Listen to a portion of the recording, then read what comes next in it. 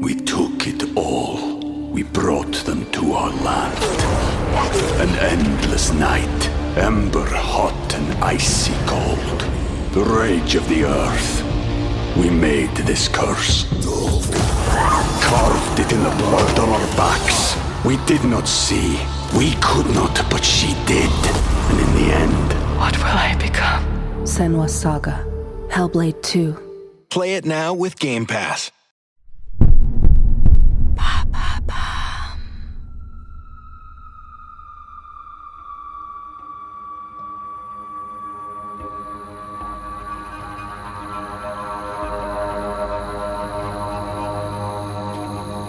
Lac Berryessa, Californie, 1969.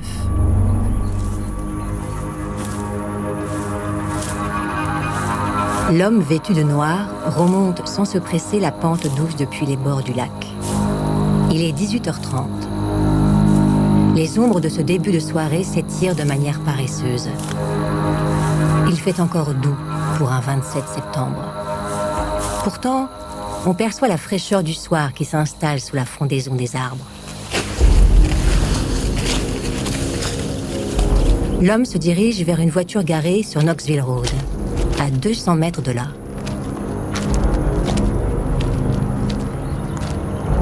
Il s'approche de la portière du passager et à l'aide d'un marqueur noir, il écrit « Valero, 2268, 4, 7, 69. 27 septembre 1960, 18h30, au couteau. » L'homme se retourne.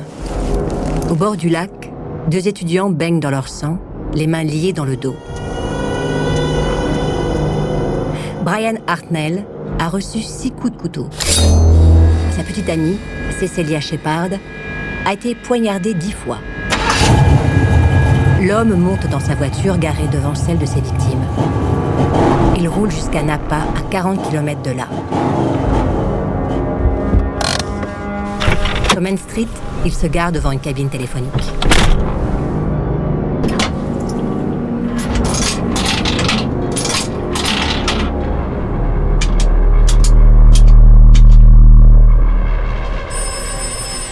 « 19h40.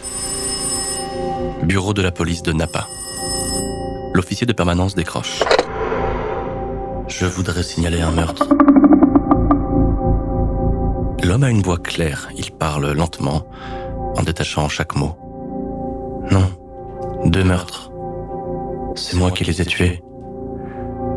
Où est-ce que vous vous trouvez ? Interroge le policier. Allô ? Allô ? Vous êtes là ? La conversation est interrompue. Le policier ne le sait pas, mais à cet instant, les corps de Brian Hartnell et Cecilia Shepard ont été retrouvés. Brian va survivre à ses blessures. Cecilia, elle, décède 2 jours plus tard sans avoir repris connaissance. Le Zodiac vient de signer sa 3e attaque mortelle en 9 mois. La baie de San Francisco est devenue le terrain de chasse de l'un des plus mystérieux tueurs en série.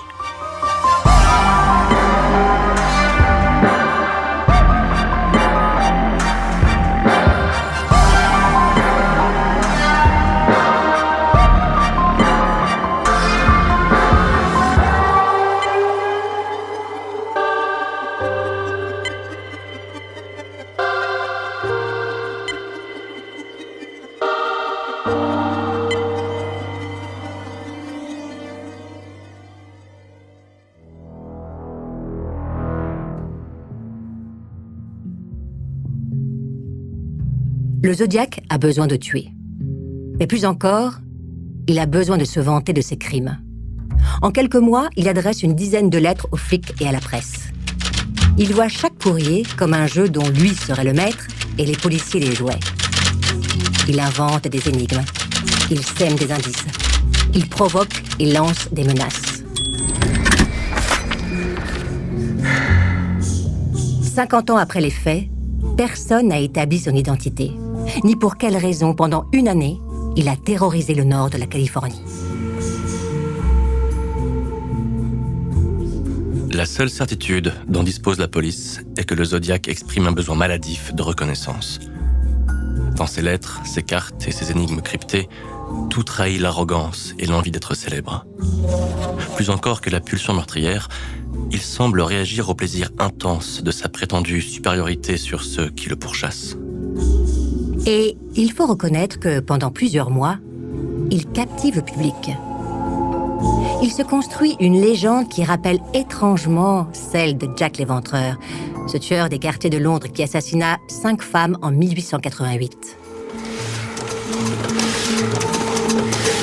Le Zodiac fait régulièrement la une des journaux, ce qui n'est pas un mince exploit dans une année 1969 dont l'actualité est particulièrement chargée.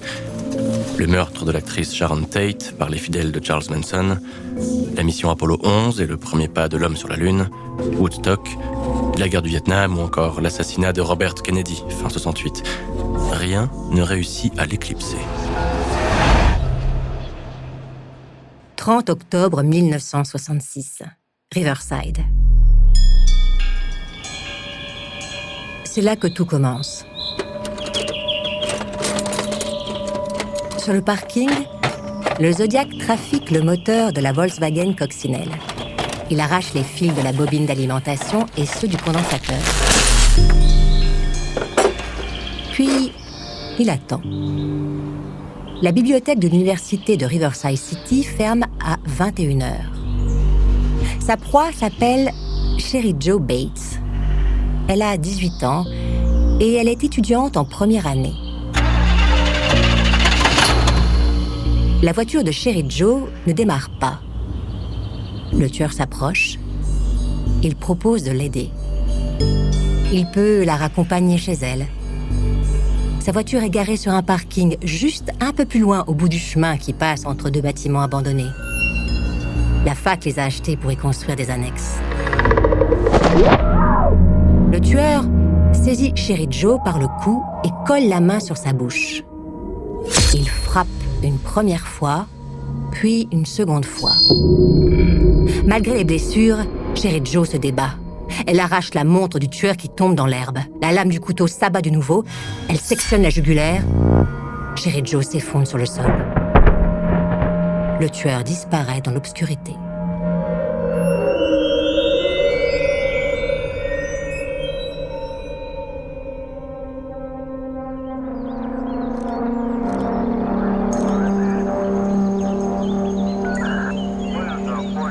Le corps de Sherry Jo Bates est trouvé le lendemain vers 6h30 par le concierge de l'université qui ramasse les feuilles mortes. La jeune fille est allongée sur le ventre. Le médecin légiste établit la mort entre 21h et 1h du matin. La montre de l'agresseur, un modèle Timex ordinaire, s'est arrêtée à minuit 24 en raison d'un choc. Il est toutefois impossible d'établir s'il s'agit de l'heure exacte du décès. L'autopsie montre que Sherry Jo n'a pas subi d'agression sexuelle. Elle s'est violemment battue avec son agresseur et selon les débris récupérés sous les ongles, elle l'a griffé en plusieurs endroits. Un cheveu brun est aussi récupéré.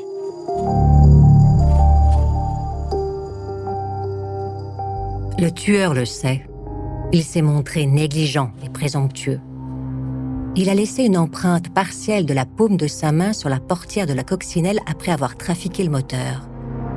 Si Sherry Jo Bates a résisté avec autant de force, c'est qu'il a mal choisi son arme. Un couteau dont la lame mesure à peine 10 cm.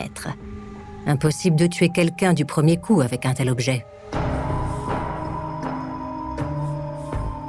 Paradoxalement, ces deux erreurs vont être utiles au tueur. Les indices récoltés ne débouchent sur aucune piste concrète. À défaut d'une meilleure hypothèse, les flics se disent que l'assassin est un amateur, pas un tueur en série.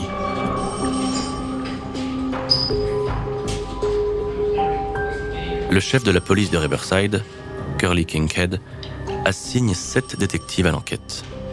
Les policiers interrogent plus de 120 personnes en quelques jours. Joseph Bates, le père de Sherry Jo, avec lequel elle vit seule, ses copines de classe, des étudiants qui se trouvaient à la bibliothèque, le personnel administratif, les voisins et des gens que la jeune femme a pu croiser dans la journée précédant sa mort. Tous disent la même chose. Sherry Jo est une étudiante sans histoire. Elle a emprunté 3 bouquins la veille et elle a quitté la salle d'études à la fermeture, à 21h.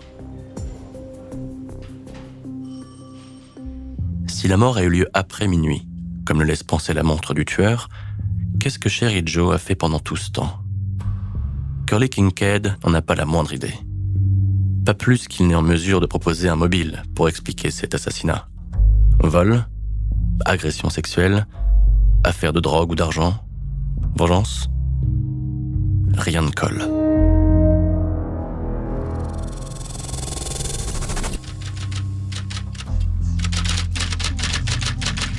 Les réponses arrivent un mois plus tard, fin novembre. Le tueur expédie 2 lettres dactylographiées identiques.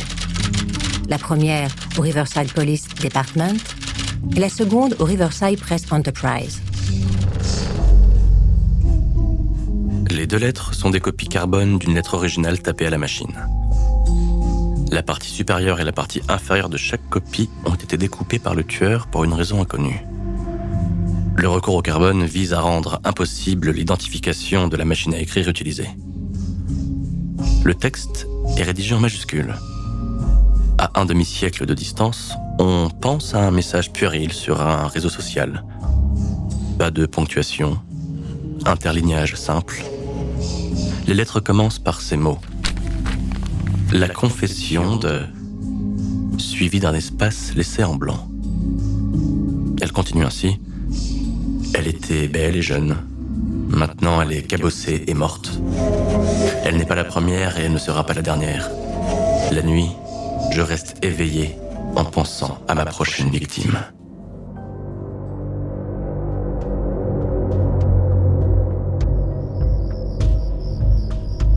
Employant un ton satisfait, le tueur raconte comment se sont déroulés les événements. Discrètement, il suit Sherry Joe jusqu'à sa voiture. La jeune femme tente de démarrer. Rien à faire. Il s'approche et propose de la raccompagner chez elle. Bien qu'hésitante, elle accepte de le suivre jusqu'à sa voiture. Viennent ensuite les détails de l'agression fournie avec un plaisir assez sordide. Mademoiselle Bates était stupide. Elle est venue comme un mouton à l'abattoir. Il termine en donnant la raison de son acte. Je l'ai fait payer pour les rebuffades qu'elle m'a infligées au cours des années précédentes. Les flics orientent l'enquête sur le passé récent de la victime. Rien. Ils organisent une reconstitution. Rien. Ils interrogent une seconde fois les proches de Sherry Joe ainsi que de nouveaux suspects. Rien. Rien et rien. Juste des tas de détails supplémentaires inutiles dans lesquels ils se perdent.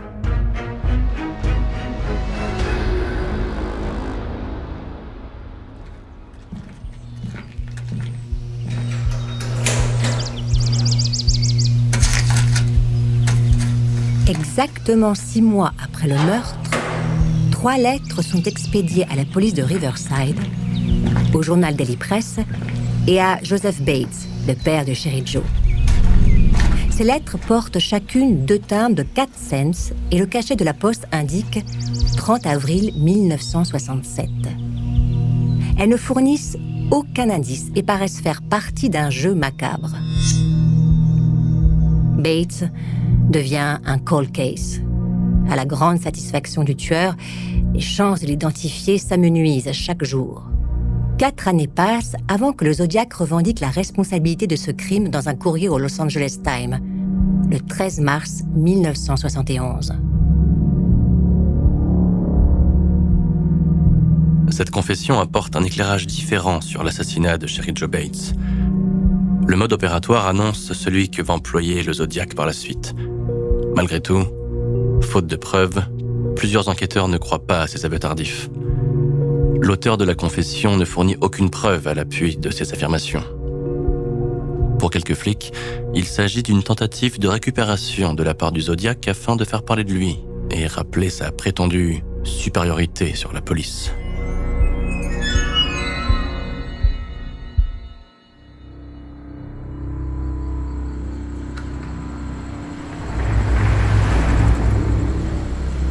Lake Herman Road est une route de campagne peu fréquentée qui relie la ville de Benicia à celle de Vallejo.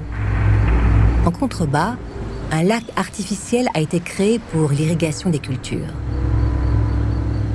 Sur le bord de la route, un terre-plein est aménagé, qui se prolonge sur un chemin menant à la station de pompage. Un endroit discret, à l'abri des regards, idéal pour les rendez-vous en amoureux. David Faraday gare le break emprunté à sa mère sur le terre-plein. Il est à peu près 22h15 ce 20 décembre 1968. Il fait un peu froid et David passe son bras autour des épaules de Betty Lou Jensen. Betty Lou, 16 ans, émet un petit gloussement et se blottit contre David.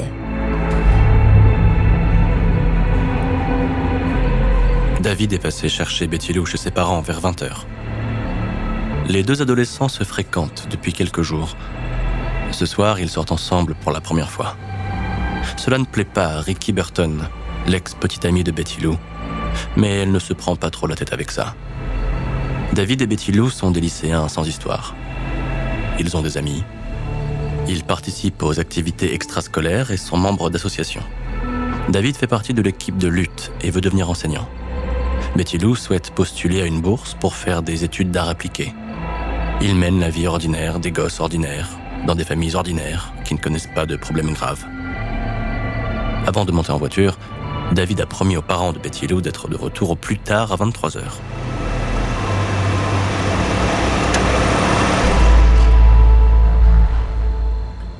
Le tueur range sa voiture sur le terre-plein. D'abord, il se gare à 3 ou 4 mètres du break. David se tourne vers Betty Lou et se demande qui est ce type qui vient les déranger au moment où ils échangent leur premier baiser. À travers les arbres qui bordent Lake Herman Road, le tueur aperçoit les phares d'une autre voiture qui approche en provenance de Vallejo. Quand elle arrive à la hauteur du terre-plein, la voiture ralentit. Le conducteur se penche dans l'habitacle. Il scrute l'obscurité à travers son pare-brise. Aucun doute. Il remarque le break de David Faraday ainsi que la voiture du tueur, un véhicule de couleur foncée. La voiture roule au pas encore un instant, puis poursuit sa route et disparaît dans la descente vers Benicia. Il est 23h14. Le tueur redémarre sa voiture.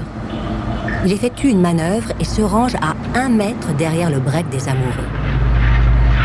David Faraday se retourne sur son siège. Il tente de deviner ce que fait le type qui vient les importuner. Le tueur perçoit les silhouettes des deux adolescents en ombre chinoise.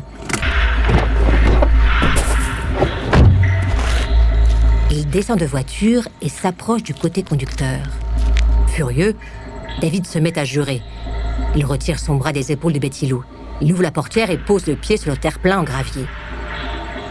Le tueur lève son pistolet, une arme de calibre 22. Il pose le canon juste derrière l'oreille gauche de Faraday. Il presse la détente à bout touchant. L'adolescent s'effondre sur le sol. Betty Lou se met à hurler. Elle ouvre sa portière, se jette hors de la voiture et se met à courir. Le coup de feu la fauche à 10 pas. Elle tombe face contre terre, morte. Le Zodiac disparaît. Le crime a duré moins de 6 minutes. Avant de continuer cet épisode, nous voulions vous remercier pour votre écoute. Si vous voulez continuer de nous soutenir, abonnez-vous à la chaîne Bababam Plus sur Apple Podcasts. Cela vous permettra une écoute en avant-première et sans interruption. Ou bien écoutez ce message de notre partenaire, sans qui ce podcast ne pourrait exister. Ne partez pas. On se retrouve tout de suite.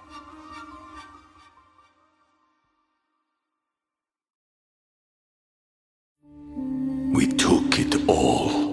We brought them to our land. An endless night, ember hot and icy cold. The rage of the earth. We made this curse. Carved it in the blood on our backs. We did not see. We could not, but she did. And in the end, What will I become? Senwa Saga. Hellblade 2. Play it now with Game Pass.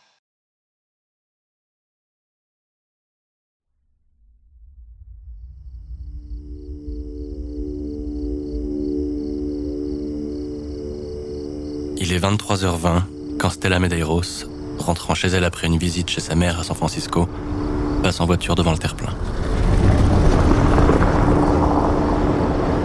Stella Medeiros met la main devant sa bouche. Elle se retient de hurler. Elle ne veut pas affoler son fils de 13 ans assis à l'arrière. Dans le rétroviseur, elle distingue le corps de David Faraday, gisant sur le sol. Elle écrase la pédale d'accélérateur et fonce en direction de Benicia. Stella Medeiros roule plusieurs kilomètres, les mains crispées sur le volant, scrutant l'obscurité dans le halo des phares. Peu avant l'entrée de la ville, elle croise une voiture de patrouille. L'officier Daniel Pita est de service ce soir. Entre deux sanglots, la mère de famille lui décrit ce qu'elle vient de voir. Daniel Pita remonte Lake Herman Road, sirène hurlante. Il arrive sur les lieux à 23h28. Daniel Faraday est allongé sur le dos. Du sang s'échappe de son crâne. Betty Lou Jensen est tombée face contre terre une dizaine de mètres plus loin. Cette fois, le tueur a anticipé les risques. Il a d'abord tiré sur David Faraday, éliminant la menace principale. Betty Lou a ouvert sa portière en hurlant. Elle s'est jetée hors de la voiture. Le tueur n'a eu qu'à la suivre et la battre. Au total, 10 coups de feu, 10 douilles sur le sol. Le tueur n'a pas pris la peine de les ramasser, ni de vérifier si ses deux victimes étaient mortes.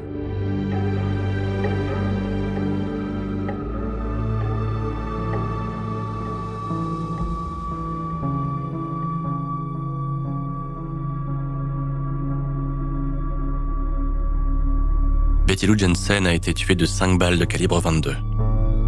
Les blessures au cœur, au foie et au rein ont provoqué des hémorragies internes et externes responsables du décès. David Faraday est vivant quand les secours l'embarquent dans une ambulance. Il décède pendant le transfert vers l'hôpital de Vallejo.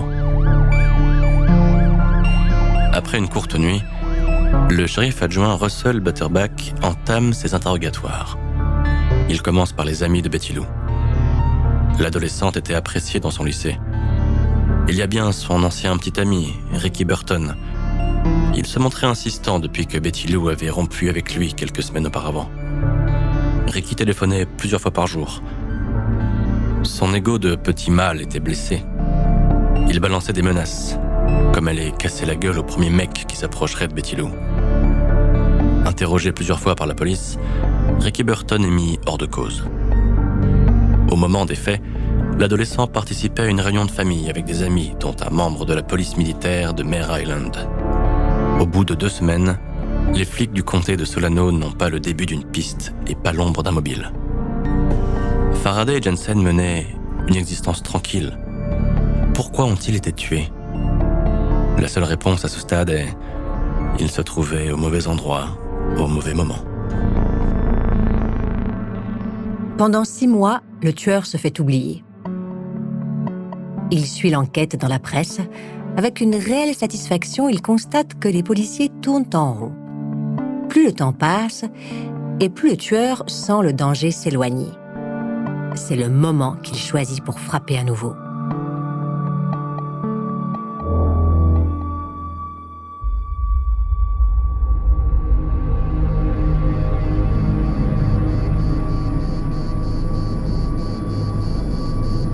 Le parc de Blue Rock Springs est un endroit agréable, près de Vallejo.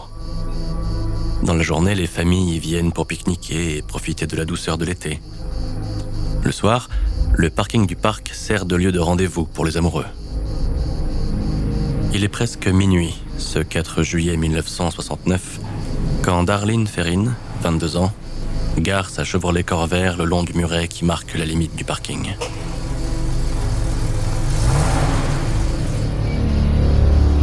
Darlene est accompagnée par Michael Majo, 19 ans, un jeune homme qu'elle a rencontré sur son lieu de travail, un resto ouvert à toute heure dans lequel elle bosse comme serveuse. Darlene en est à son 2e mariage et sa vie conjugale est compliquée. Elle a l'habitude de venir à Blue Rock Springs avec ses aventures d'un soir. Darlene se gare toujours à la même place, au bout du parking, là où on ne peut pas la voir.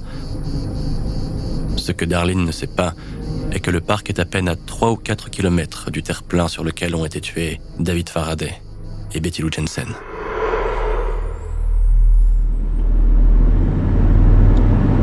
À cet endroit, l'obscurité est dense. Il n'y a pas d'éclairage public. Le tueur se gare juste derrière la Corvair de Darlene. Dans le halo des phares, il aperçoit les silhouettes de Darlene et Michael. Il les voit se retourner et s'agiter sur leur siège. Une torche électrique à la main, le tueur s'approche de la Corvair à pas lents. Il fait le tour du véhicule et se penche du côté passager. Michael Mageau abaisse la vitre. Sans prononcer un mot, le tueur tire une première balle. Le corps de Mageau est projeté en arrière. Puis, le tueur ouvre le feu sur Darlene. La jeune femme se plie en deux. Plusieurs balles lui perforent le côté. Elle perd connaissance et commence à se vider de son sang.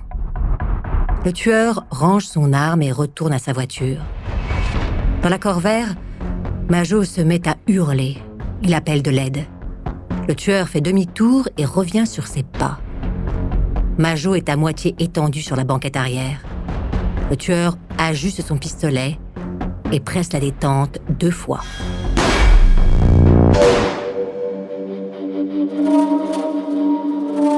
À minuit 10, le patrouilleur Richard Hoffman du Vallejo Police Department reçoit sur sa radio le signalement d'un 187, nom de code pour désigner un homicide, sur le parking du Blue Rock Springs. Hoffman est passé sur le parking un peu plus tôt dans la soirée et l'endroit était vide. Michael Mageau a réussi à s'extraire de la Corvair. Il est couché sur le sol, près de la portière passager. Il est blessé au cou, à la poitrine et à la jambe gauche. Darlene Ferrin a reçu 3 balles, 2 dans le bras gauche et une 3e dans l'aisselle droite qui lui a perforé le poumon. Elle décède pendant son transfert vers l'hôpital Kaiser de Vallejo. Mageau est encore conscient quand il arrive aux urgences. Il passe 20 heures en salle d'opération. Les chirurgiens réussissent l'impossible. Ils lui sauvent la vie.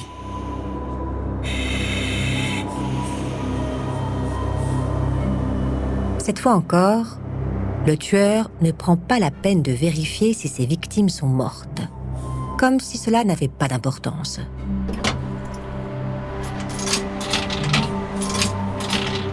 Il est si sûr de lui que moins d'1 heure plus tard, à minuit et demi, il appelle la police de Vallejo depuis une cabine téléphonique.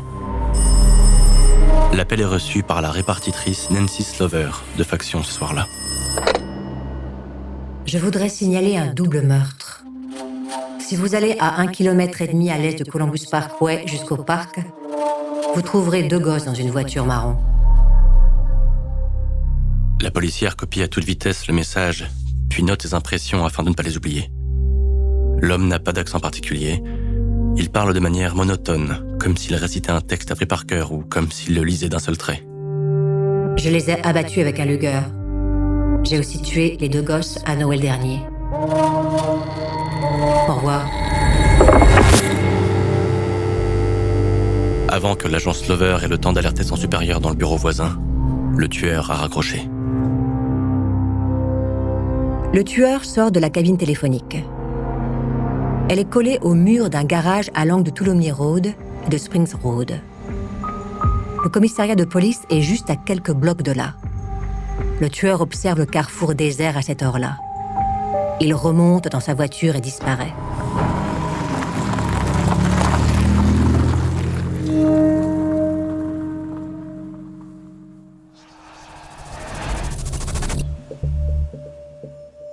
Les flics ont maintenant une certitude.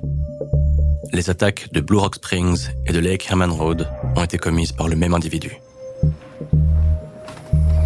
Malgré ses blessures, Michael Mageau accepte de parler aux enquêteurs. 2 jours après l'opération, le jeune homme est encore sous le choc de l'agression et un peu dans les vapes à cause des antidouleurs. Il fournit pourtant une description précise du tueur. Un homme, entre 26 et 30 ans, environ 1m80, costaud, mais pas athlétique, dans les 90 kilos. Cheveux châtain clair et frisés. Un visage large, sans lunettes. Malgré ces détails précieux, l'enquête sur la mort de Darlene Ferrin se révèle compliquée. Depuis qu'elle a quitté le foyer familial à 17 ans, cette petite blondinette d'1m63 mène une vie instable. Mariée une première fois pendant quelques mois, elle élève avec son second mari sa petite fille de 10 mois. Darlene multiplie les petits boulots et les rencontres d'un soir.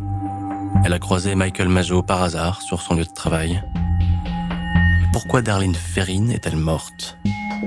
Les policiers ont beau tourner la question dans tous les sens, ils ne parviennent pas à établir un mobile. Elle aussi se trouvait au mauvais endroit, au mauvais moment.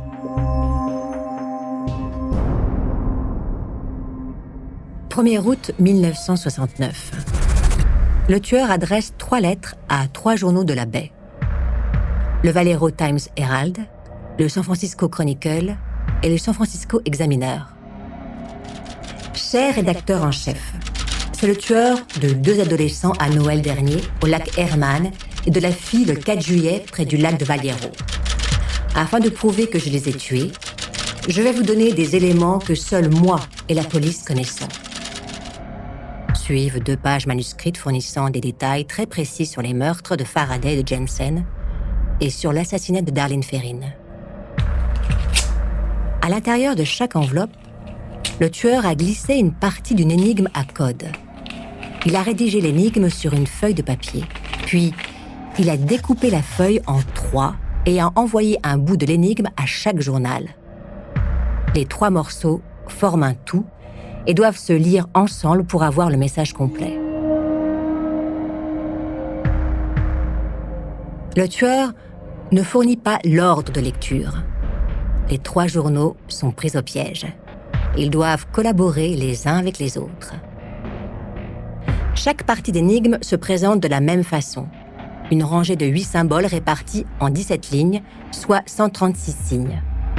Mises ensemble, les 3 parties forment un cryptogramme de 408 signes. Les symboles sont des lettres à l'envers, des ponctuations et des signes kabbalistiques inventés par le tueur. Le tueur exige que les lettres soient publiées, sinon il menace de tuer d'autres personnes. Il termine sa communication par un rond barré d'une croix, comme la visée d'une lunette de fusil.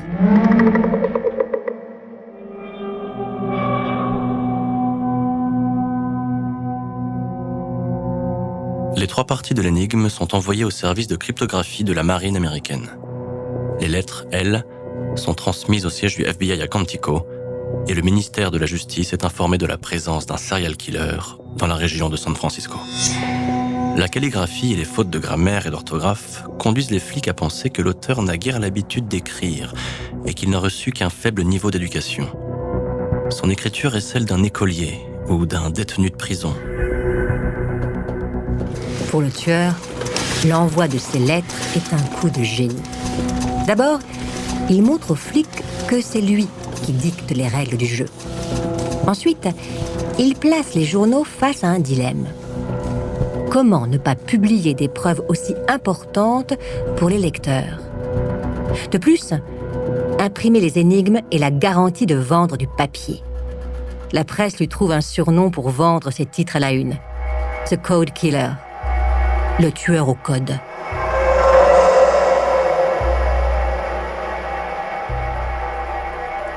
En quelques jours, l'histoire devient virale.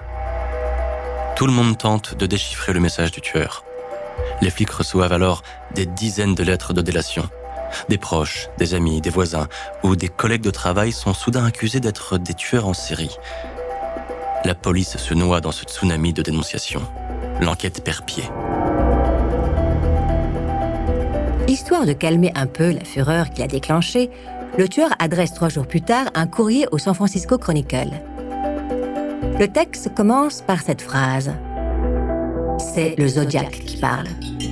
Le tueur fait savoir qu'il a choisi lui-même son surnom. The Code Killer ne lui plaisait pas.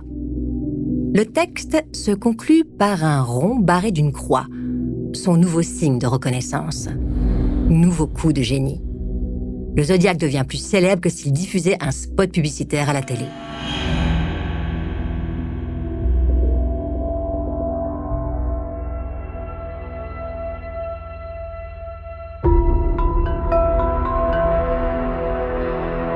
Quelques jours plus tard, le Chronicle reçoit un appel de 2 lecteurs, Don et Betty Harden, un couple d'enseignants. Après plusieurs jours d'efforts, ils ont craqué le code. Avec l'approbation du FBI, une reconstitution du message est établie. Le texte débute ainsi. « J'adore tuer des gens parce que c'est vraiment amusant. Bien plus amusant que de tuer des animaux sauvages dans la forêt, car l'homme est l'animal le plus dangereux. » Si l'énigme n'apprend rien aux flics, elle leur donne une idée. Le patron du Vallejo PD, Jack Stiltz, convoque une conférence de presse. Devant les caméras, Stiltz affirme que l'auteur des lettres n'est pas le Zodiac. Le policier réclame des preuves supplémentaires pour confirmer l'identité du tueur. L'idée est de provoquer le Zodiac en espérant qu'il commette une erreur. 4 août 1969. 2 jours après la conférence de Stiltz, le San Francisco Examiner reçoit une nouvelle lettre. Avant de continuer cet épisode, nous voulions vous remercier pour votre écoute. Si vous voulez continuer de nous soutenir, abonnez-vous à la chaîne Bababam Plus sur Apple Podcasts. Cela vous permettra une écoute en avant-première et sans interruption. Ou bien écoutez ce message de notre partenaire, sans qui ce podcast ne pourrait exister. Ne partez pas, on se retrouve tout de suite.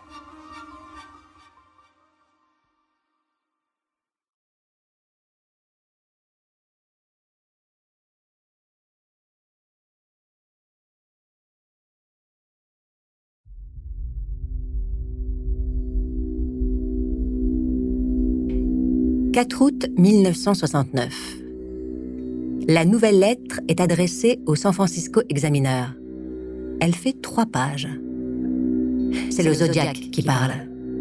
Suit une description des 2 fusillades dont les détails ne laissent aucun doute sur l'identité du tueur. Plusieurs mots sont mal orthographiés, mais les phrases souffrent d'une grammaire approximative. Aucune importance. Le Zodiac tient le public californien en haleine.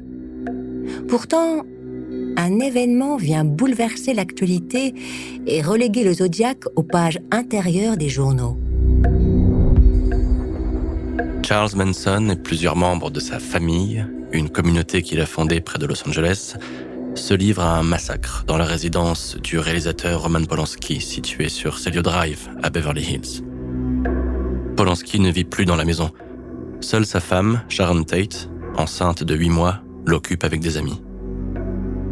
Le soir du 8 août, Manson et 4 personnes pénètrent dans la résidence et assassinent au couteau les occupants, dont Sharon Tate. Le crime fait l'ouverture de tous les journaux télévisés.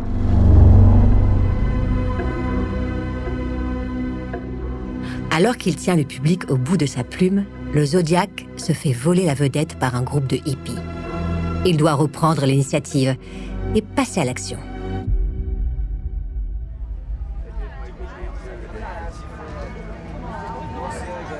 27 septembre 1969. Lake Berryessa, comté de Napa.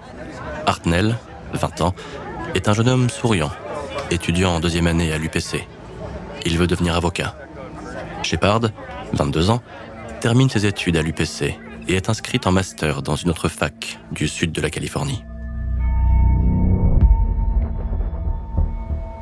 Peu après 18h, Hartnell et Shepard s'installent sur une couverture à l'abri d'un arbre sur les berges du lac Berryessa. Ils sortent un paquet de cartes et se mettent à jouer. Le Zodiac les observe de loin.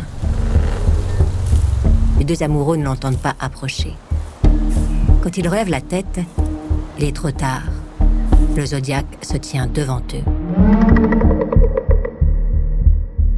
Le tueur porte un capuchon noir, comme une tunique de moine, qui couvre sa tête et ses épaules jusqu'à sa poitrine. Il a dessiné sur le tissu un rond barré d'une croix. Il est vêtu d'un coupe-vent et d'un vieux pantalon démodé. Des lunettes noires cachent ses yeux. L'homme s'exprime d'une manière très simple et très calme. Je suis en route vers le Mexique. Je me suis échappé de la prison de Deer Lodge, dans le Montana. J'ai besoin d'argent pour le voyage. Le Zodiac tient un pistolet à la main et un long couteau est glissé dans une gaine en cuir à sa ceinture. Maîtrisant les tremblements de sa voix, Hartnell explique qu'il n'a que 75 cents sur lui. Mais il est étudiant en sociologie et il peut aider le tueur à trouver sa place dans la société. Il peut lui donner des conseils. Le Zodiac ordonne au jeune homme de la boucler et de lui filer les clés de leur bagnole.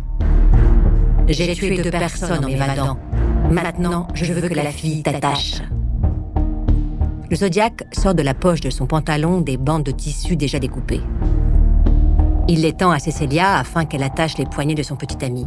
Puis, il ordonne à la jeune fille de se coucher face contre terre et il lui ligote les poignets et les chevilles. Allongé sur le ventre, Hartnell implore le tueur. Ils vont mourir de froid s'ils passent la nuit ici. Le Zodiac secoue la tête pour signifier qu'il s'en moque. Espérant gagner du temps, Hartnell demande alors au Zodiac si son pistolet est chargé. Un peu surpris, le tueur extrait le chargeur de la crosse de son arme, il le montre à Hartnell et remet le chargeur dans son logement. Sans rien dire, le Zodiac range le pistolet et tire le couteau de sa gaine. Une lame de 30 cm, longue comme une baïonnette. Sans un mot, il la plante dans le dos de Brian Hartnell. 1 fois, 2 fois, 6 fois. Allongée sur l'herbe, Cecilia Shepard se met à hurler pour appeler de l'aide. Le tueur la frappe 10 fois. Puis, il se relève et se dirige vers la Volkswagen des 2 amoureux. À l'aide d'un marqueur, il écrit sur la portière passager « Bagliero, 20 décembre 68, 4 juillet 69, 27 septembre 69, 18h30, au couteau. » Il trace le sigle, un rond barré d'une croix. Malgré le sang qui s'échappe de ses blessures, Hartnell réussit à desserrer les liens autour de ses poignets. Il libère Cecilia, mais la jeune femme est incapable de se tenir sur ses jambes, encore moins de marcher. Hartnell se met à crier en espérant que sa voix se réverbère sur l'eau du lac et que quelqu'un l'entende. Une dizaine de minutes plus tard, une silhouette se faufile entre les arbres. Hartnell est convaincu que le tueur vient les achever. Il se prépare à mourir. L'homme qui se penche sur Hartnell est le park ranger, Dennis Land. Il a reçu un appel de détresse sur sa radio. Un pêcheur sur le lac a entendu les cris de 2 jeunes gens et a donné l'alerte. Hartnell est conscient lorsqu'une ambulance l'évacue vers l'hôpital Queen of the Valley de Napa.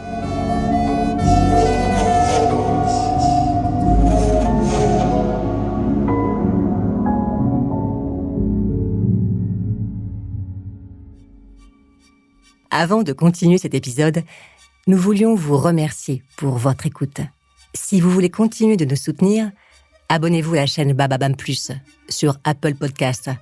Cela vous permettra une écoute en avant-première et sans interruption. Ou bien écoutez ce message de notre partenaire, sans qui ce podcast ne pourrait exister. Ne partez pas, on se retrouve tout de suite.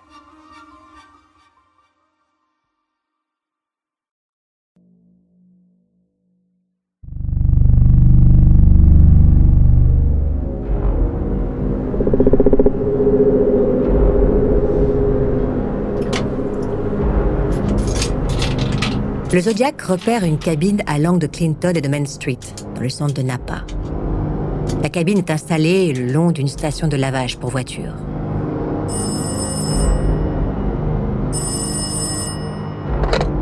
Je veux signaler un meurtre. Non, un double meurtre. Il se trouve à 3 km au nord du centre d'accueil du parc. Ils ont une Volkswagen blanche Carmagia.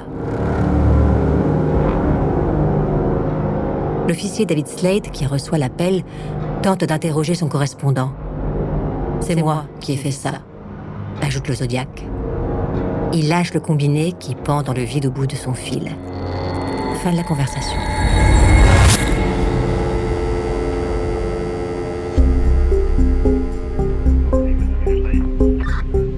Les flics localisent la cabine à quelques blocs seulement du commissariat.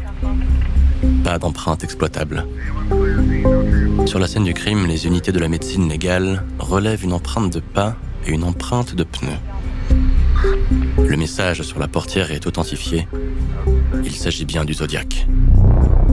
Cecilia Shepard décède 2 jours plus tard des suites de ses blessures. En revanche, Brian Hartnell est en mesure de fournir une description précise du tueur. Un portrait robot du tueur est établi, recoupant en partie la description fournie par Michael Mageau.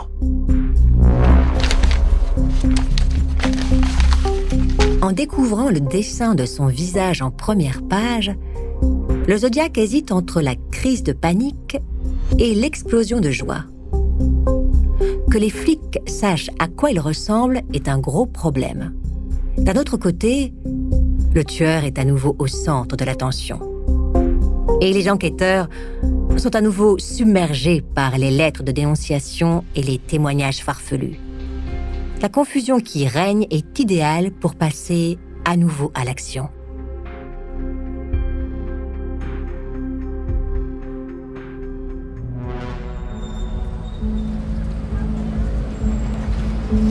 Paul Stine est étudiant.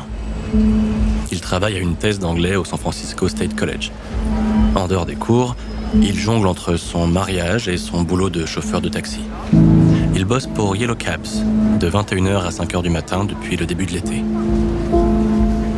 Ce 11 octobre 1969, Paul monte dans son taxi à 20h45. Il dépose un voyageur à l'aéroport quand le répartiteur lui demande de se rendre dans la 9e rue pour charger un client. Sur le chemin vers le centre-ville, un passant arrête le taxi et demande à se faire conduire à Washington Street, dans le quartier du Presidio, une banlieue chic de San Francisco. Paul accepte. Cela ne fait pas vraiment un détour et il n'a pas les moyens de refuser une course.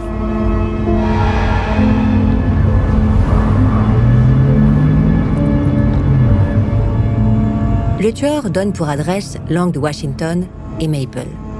C'est un coin tranquille, tout près du parc du Presidio. Les rues sont bordées d'arbres qui masquent la vue depuis les résidences de luxe rangées derrière des pelouses entretenues comme des terrains de golf. Paul Stine gare son taxi à l'angle de Washington et de Cherry Street, un bloc de Maple Street.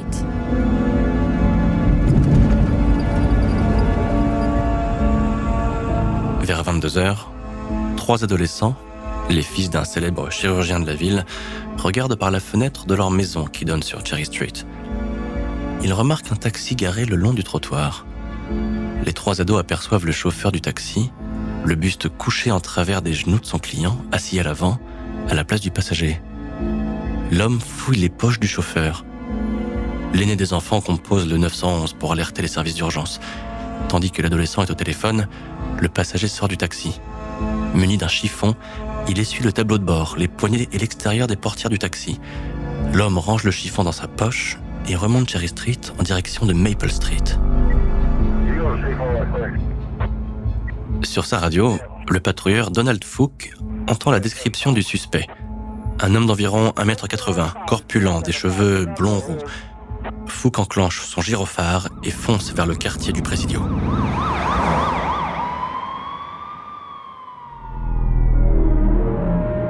Environ dans Jackson Street, le long du parc, Fooke aperçoit un homme blanc, le col de son blouson relevé, les cheveux courts à la mode militaire. Fooke ralentit. Un homme se dessine dans les phares de la voiture de patrouille. L'homme relève le col de son blouson et tourne au coin de la rue. Fooke l'observe s'éloigner à pas rapide. La radio de bord diffuse un nouveau message. Fooke enfonce la pédale d'accélérateur. Direction Cherry Street. C'est là que se trouve l'urgence.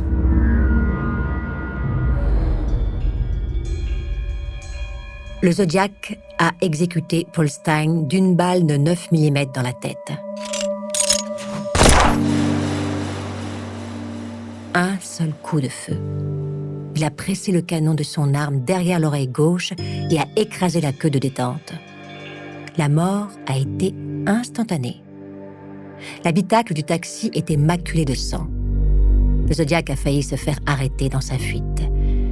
Il s'en est fallu de peu quand cette voiture de police s'est portée à sa hauteur. Mais les flics sont trop bêtes.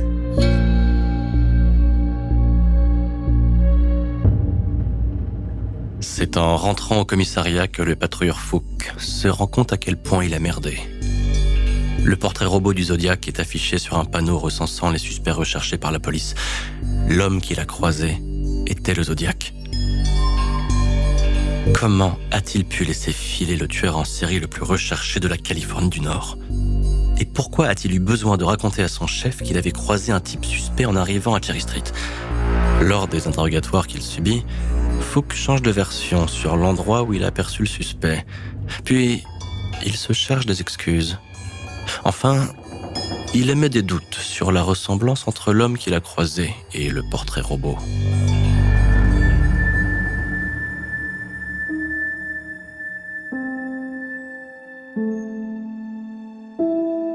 Ce foirage complet est du pain béni pour le Zodiac. Le tueur envoie une lettre manuscrite au San Francisco Chronicle. C'est le Zodiac qui parle. 3 paragraphes, 3 informations. Premier paragraphe, qui suis-je ? Le tueur rappelle qu'il est le Zodiac, auteur de plusieurs meurtres. Deuxième paragraphe, les flics auraient pu l'arrêter. Ils étaient arrivés sur place avant qu'il ait eu le temps de s'enfuir.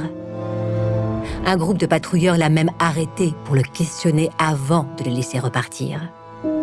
Cette affirmation contredit celle de l'agent Fook qui soutient n'avoir arrêté personne. Après vérification, elle s'avère être un mensonge destiné à compliquer le travail des policiers. Troisième paragraphe, le Zodiac menace de faire exploser des autocars scolaires en fabriquant des bombes artisanales. Pour authentifier son message, le Zodiac glisse dans l'enveloppe un morceau de la chemise ensanglantée de Paul Stein.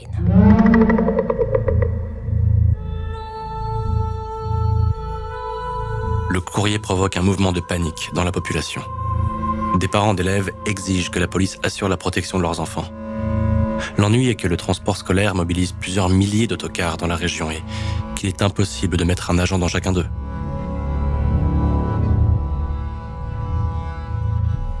Le présentateur vedette de la chaîne CBS, Walter Cronkite, diffuse un reportage consacré au Zodiac qui devient une vedette nationale. Face à cet emballement, le capitaine Marvin Lee du San Francisco Police Department décide d'attaquer sur le terrain du Zodiac. Devant les caméras de télévision, le capitaine Lee déclare « Le tueur est un psychopathe totalement dérangé. Nous parlons d'une personne très malade et très dangereuse. » Le Zodiac, qui suit avec une attention obsessionnelle les informations le concernant, encaisse les critiques sans réaction. L'offensive médiatique se retourne contre lui. Après le capitaine Lee, le San Francisco Examiner publie le 19 octobre un éditorial adressé au Zodiac.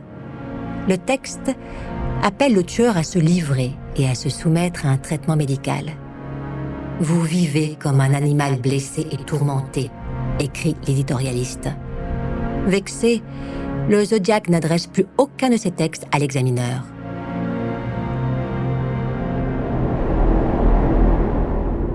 Le 20 octobre 1969, l'attorney général de Californie, Thomas Lynch, convoque une réunion de crise réunissant 27 agents de différents organes de sécurité. Pendant 3 heures, il explique comment le Zodiac ne peut plus échapper à la police. Lynch est sûr qu'il va commettre une erreur. Avant de continuer cet épisode, nous voulions vous remercier pour votre écoute.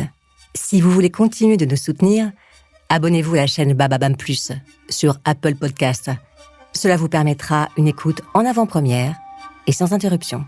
Ou bien écoutez ce message de notre partenaire, sans qui ce podcast ne pourrait exister. Ne partez pas, on se retrouve tout de suite.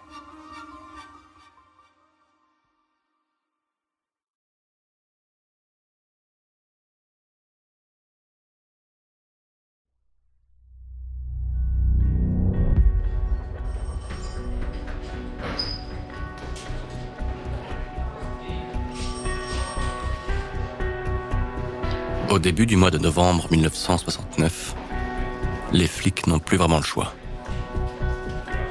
Ils ne peuvent compter que sur une erreur de la part du Zodiac. Malgré les centaines d'agents mobilisés, malgré les milliers d'heures d'interrogatoire Et malgré une coordination inédite entre les services, l'enquête fait du surplace.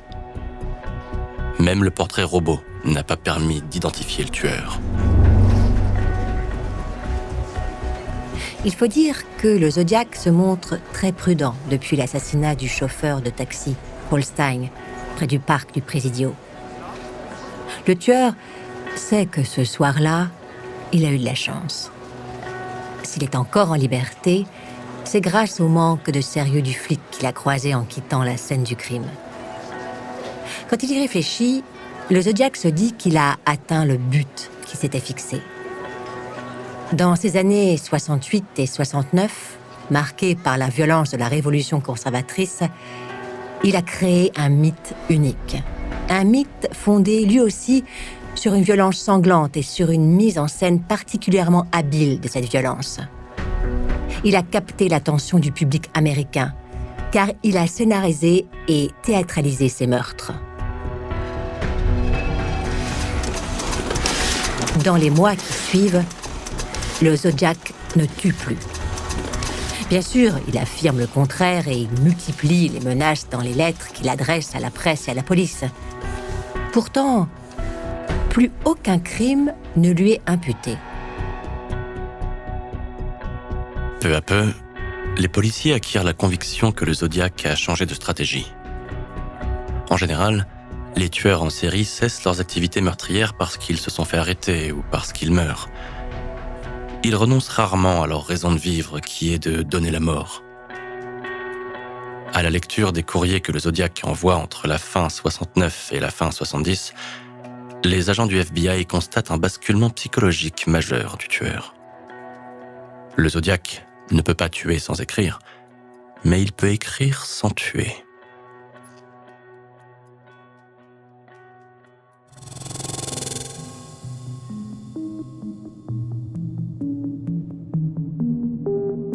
Le 9 novembre 1969, le Zodiac envoie une carte au San Francisco Chronicle.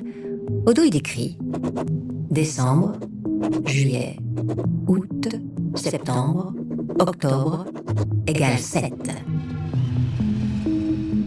Entre décembre 1968 et octobre 1969, le tueur a fait 7 victimes, dont 5 qui ont perdu la vie, ce qui correspond aux constatations des enquêtes. Outre la carte postale, l'enveloppe contient une nouvelle énigme. Sur une feuille de papier, le Zodiac a tracé 340 symboles, 17 lignes de 20 symboles chacune.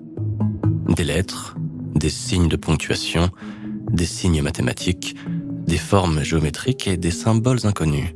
Le code est différent de celui de l'énigme précédente car 20 nouveaux signes font leur apparition. Quand il achète le Chronicle le lendemain à son kiosque habituel, le Zodiac a la satisfaction intense de voir son message crypté publié en première page. Il sait que le texte a été envoyé au service de cryptographie du FBI. Il sait que des dizaines de lecteurs vont tenter de déchiffrer son message. Et il sait que la complexité de ce code est telle qu'il va hanter les esprits pendant de nombreuses années. Ce n'est qu'en 2020 que 3 cryptographes aidés par de puissants logiciels parviennent à fournir une traduction approuvée par le FBI. Le Zodiac dit qu'il n'a pas peur de mourir et qu'il est destiné à rejoindre le paradis avec ses esclaves. C'est ainsi qu'il appelle ses victimes.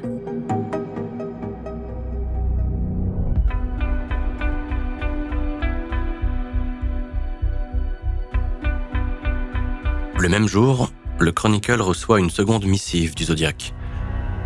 Elle a été postée un jour avant la carte et l'énigme, le 8 novembre. Le Zodiac souhaitait-il que les courriers arrivent dans un certain ordre ? Ou cela n'a aucune importance ? Pas de réponse. Dans cette lettre de 6 pages, le Zodiac affirme d'abord que la police ne réussira pas à l'attraper, car il est trop malin et trop prudent. Il précise qu'il se déguise pour commettre ses meurtres et qu'il change d'apparence chaque fois. Cette indication provoque l'embarras chez les flics. Les descriptions fournies par les deux survivants, Michael Mageau et Brian Hartnell, sont cohérentes entre elles, mais cela ne veut pas dire qu'elles correspondent à l'apparence du tueur.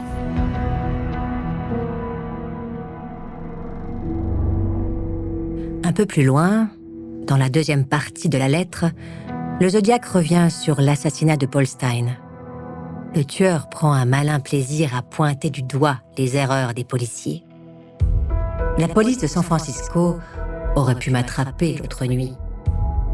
S'ils avaient fouillé le parc correctement au lieu de faire la course avec leur moto pour voir qui faisait le plus de bruit.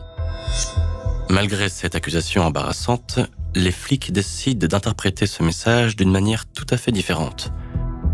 Pour les détectives Bill Armstrong et Dave Toschi, du SFPD, le Zodiac tente de retourner les choses en sa faveur. Il a failli se faire coincer. Il n'est donc pas si malin qu'ils veulent faire croire. Il a eu peur et désormais, il vit dans la terreur. En fait, cette lettre est non une démonstration de force, mais un aveu de faiblesse. La troisième partie de la lettre s'attarde sur un sujet inattendu. Le Zodiac explique qu'il a appris à fabriquer des bombes artisanales. Il ajoute même un dessin pour prouver qu'il ne ment pas. Puis il évoque à nouveau des attaques contre des autocars scolaires qu'il promet de faire exploser. Il conclut en rappelant que le SFPD ne dispose pas d'assez d'hommes pour assurer la sécurité de tous les autocars scolaires.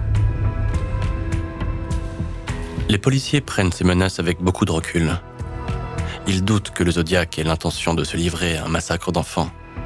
Cela ne correspond pas avec l'image qu'il s'acharne à donner de lui-même. Les enquêteurs Armstrong et Toschi ont raison. Le Zodiac est victime d'un effondrement psychologique. Et sa lettre suivante vient confirmer ce diagnostic.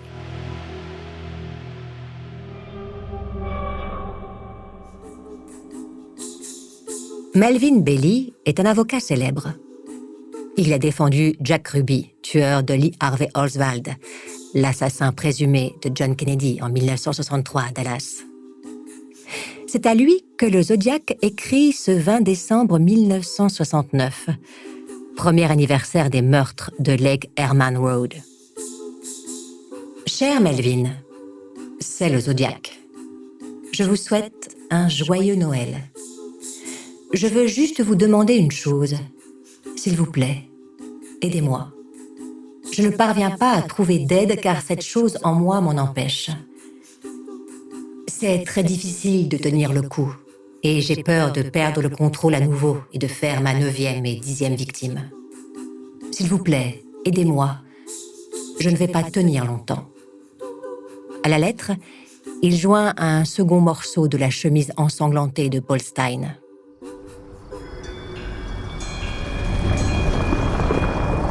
C'est alors que se produit l'événement le plus étrange de la traque du Zodiac. Dans la nuit du 22 au 23 mars 70, Kathleen Jones, 22 ans, débarque au commissariat de Modesto, à environ 200 km à l'est de San Francisco, pour signaler une tentative d'enlèvement. Vers 23h15, Kathleen et sa fillette Jennifer, âgée de 10 mois, roulent dans leur voiture sur la route 132. Un véhicule qui les suit leur lance des appels de phare. Devant l'insistance de l'automobiliste, Kathleen se range sur le bas-côté. Un homme sort de la voiture et s'approche de Kathleen.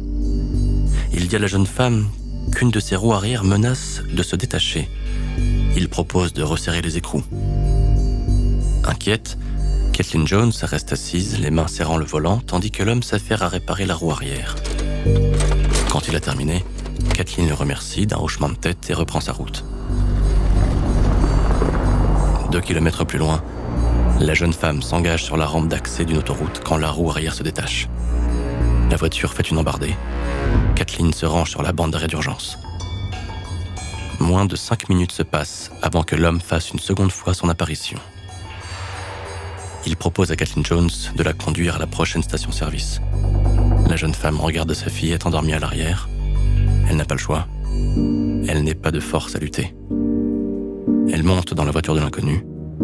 Mais au lieu de s'arrêter dans une station ouverte la nuit comme promis, l'homme continue de rouler. Prise de panique, la jeune femme lui dit qu'elle doit rentrer coucher sa fille et qu'elle est enceinte. L'homme ne répond pas. Il roule ainsi pendant 1h30.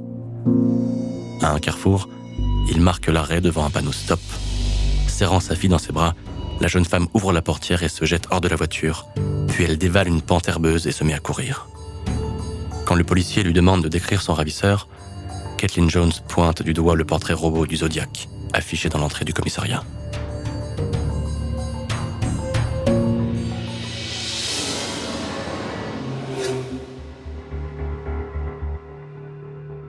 Dans une lettre postée 3 mois plus tard, le Zodiac revendique la responsabilité de cet enlèvement. Pourtant, il ne fournit pas de détails comme pour ses précédentes victimes. Il n'explique pas non plus la raison qui l'a conduit à épargner Caitlin Jones. La présence de la fillette l'a-t-il dissuadé? A-t-il éprouvé une soudaine compassion pour cette jeune femme enceinte? Mystère. Reste que le récit de Caitlin Jones varie fortement au fil des interrogatoires et contre-interrogatoires. La jeune femme se contredit plusieurs fois au point que les flics pensent qu'elle a inventé cette histoire relayée dans la presse. La revendication du Zodiac est peut-être juste un moyen pour faire parler de lui. L'effondrement psychologique du Zodiac se poursuit. Dans un courrier envoyé au Chronicle le 21 avril 1970, il annonce avoir renoncé à fabriquer des bombes pour attaquer des bus scolaires. À la place, il formule une autre demande. « Je veux que l'on procède à la fabrication de pins au nom du Zodiac, comme les pins Peace and Love ou Rolling Stones. » 2 mois passent, puis un nouveau courrier, le 26 juin. Le Zodiac est furieux qu'on n'ait pas fabriqué de pins à son nom. Il annonce avoir enterré une bombe quelque part en Californie du Nord. Les flics ont jusqu'à l'automne pour découvrir l'engin dont la localisation est fournie dans une énigme de 32 signes qui accompagne une photocopie de la carte de la région de San Francisco.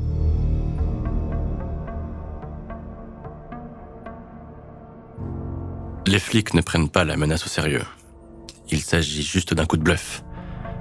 C'est alors que leur parvient la lettre la plus étrange du Zodiac. Un texte proche du délire qui arrive fin juillet. Le Zodiac est toujours en colère à propos des pins à son nom qu'on refuse de fabriquer. Je vais torturer les 13 esclaves qui m'attendent au paradis. Certains seront attachés sur des fourmilières et je les regarderai se tordre et hurler. D'autres seront placés dans des cages et nourris avec du bœuf salé jusqu'à ce qu'ils supplient qu'on leur donne à boire. D'autres seront écorchés vifs et abandonnés à leur sort. Le texte se termine par la reprise de passages entiers de l'opéra comique The Mikado, qui fut joué pour la première fois au Théâtre de Londres en mars 1885. La lettre se conclut en précisant « Zodiac 13, police de SF 0 ». S'agit-il d'un nouveau bilan? Possible, mais le SFPD n'y croit pas.